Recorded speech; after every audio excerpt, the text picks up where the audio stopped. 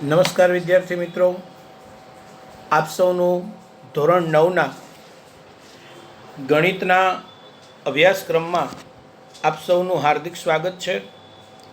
આપણું પ્રથમ પ્રકરણ છે સંખ્યા પદ્ધતિ, અને આ સંખ્યા પદ્ધતિનો અભ્યાસ કરતા પહેલાં આપણે કેટલાક અગત્યના મુદ્દાઓ જે અહીંયા બાજુમાં સ્ક્રીન પર આપેલા છે તે મુજબ પુનરાવર્તન કરવાનો પ્રયત્ન કરીએ. સૌપ્રથમ તમારી પાસે જ્ઞાન હોવું જોઈએ. ક્રમ 1 પહેલો ગણ છે પ્રાકૃતિક સંખ્યાઓનો ગણ. તો set of the natural number, તો જેને આપણે n તરીકે પણ ઓળખતા હતા. તો એમાં કઈ કઈ સંખ્યાઓ આવે? 1, 2, 3, 4, 5, 6 અપ ટુ અપ. આ બધી ગણતરીની સંખ્યાઓનો સમાવેશ એમાં થાય છે. વધુમાં થોડું જાણીએ તો આ પ્રાકૃતિક સંખ્યાઓના ગણનો સૌથી નાનો ઘટક કયો? તો કે 1. દરેક પ્રાકૃતિક સંખ્યા એ પૂર્ણ સંખ્યા છે જ, અને વધુમાં શૂન્યનો સમાવેશ પ્રાકૃતિક સંખ્યાઓમાં થતો નથી.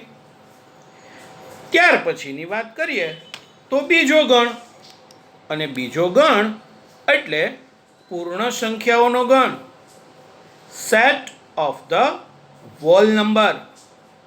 મિત્રો, આ પૂર્ણ સંખ્યાઓના ગણમાં માત્ર એક જ ઘટક વધારાનો ઉમેરાય છે, અને એ છે 0. પ્રાકૃતિક સંખ્યાઓના ગણમાં જેટલા ઘટકો હતા એ સિવાયનો માત્ર ને માત્ર એક જ ઘટક આમાં ઉમેરવામાં આવ્યો છે, અને તે છે 0. તો પૂર્ણ સંખ્યાઓના ગણનો સૌથી મહત્વની 3 બાબતોની નોંધ કરી લઈએ. પહેલી, સૌથી નાની પૂર્ણ સંખ્યા કઈ? હા, વેરી ગુડ. કઈ? 0. દરેક પૂર્ણ સંખ્યામાં પૂર્ણાંક સંખ્યા છે, એટલે કે n. એટલે કે n natural number is always subset to w. n subset w.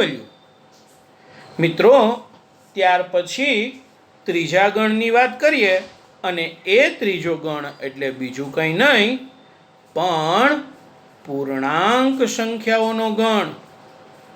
પહેલું પ્રાકૃતિક, પછી પૂર્ણ, અને હવે પૂર્ણાંક, એટલે કે set of the integer. German શબ્દ ઝેહલેન પરથી ઝેડ લીધેલો છે, અને ઝેહલેનનો મતલબ થાય સંખ્યાઓ. સમજાણું? તો સર ઇન્ટીજર ઉપરથી આઈ કેમ ન લીધો? પણ જર્મન શબ્દ શું? ઝેહલેન પરથી અહીંયા ઝેડ પસંદ કરવામાં આવેલો છે. હવે ઝેડમાં કઈ કઈ સંખ્યાઓ આવે? પ્રાકૃતિક સંખ્યાઓ તો આવે જ, પૂર્ણ સંખ્યા પણ આવે, અને વધારાની પૂર્ણાંક સંખ્યાઓનો પણ એમાં સમાવેશ થાય છે. તો એમાં કઈ એવી?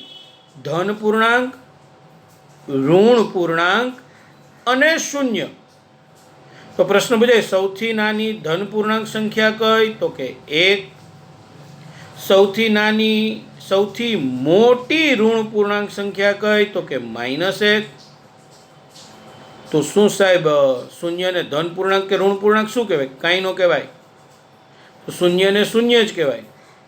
અને વધુમાં સૌથી મોટી ધન પૂર્ણાંક કઈ? તો કે કહી ન શકાય.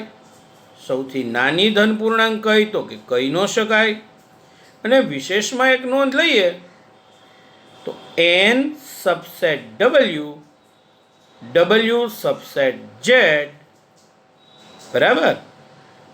ત્યાર પછીની વાત આવશે, અને એ છે ચોથો ગણ, અને જેને સમય સંખ્યાના ગણ તરીકે ઓળખવામાં આવશે.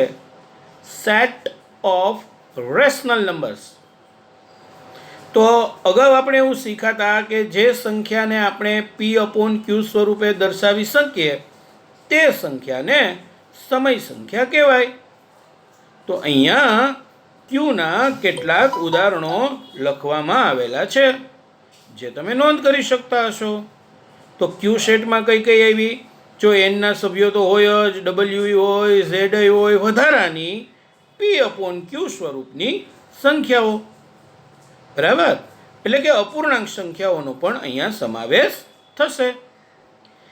ત્યાર પછી પાંચમો ગણ, અને જેનું નામ છે વાસ્તવિક સંખ્યાઓનો ગણ, set of the real number. આ ગણ સૌથી મોટો ગણ છે. આ ગણમાં પ્રાકૃતિક સંખ્યાઓ તો હોય, પૂર્ણ સંખ્યાઓ પણ હોય, પૂર્ણાંક સંખ્યાઓ પણ હોય, સમય સંખ્યાઓ પણ હોય, અને વધારાની વાસ્તવિક સંખ્યાઓનો પણ સમાવેશ થાય છે.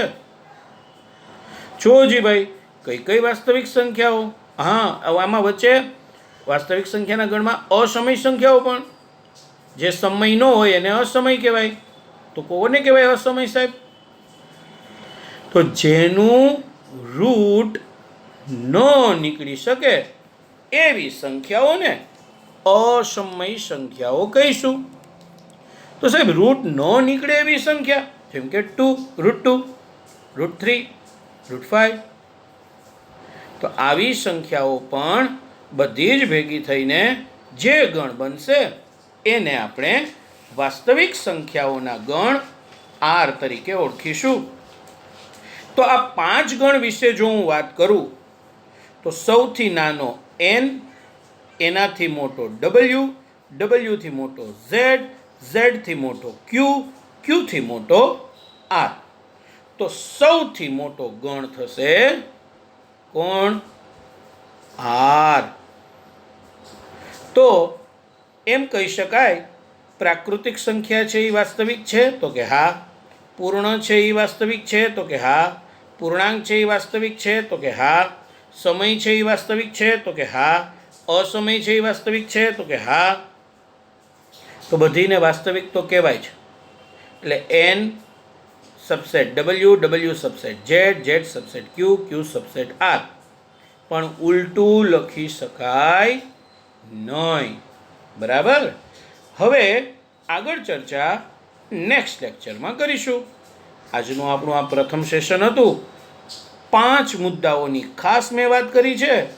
5 ગણને ખાસ રીતે યાદ રાખી લો અને એટલી વસ્તુ તમારી નોટ્સની અંદર ઉતારી લો. બરાબર? નેક્સ્ટ લેક્ચરની આપણે સ્વાધ્યાય 1.1 તરફ જવાના છીએ. Thank you.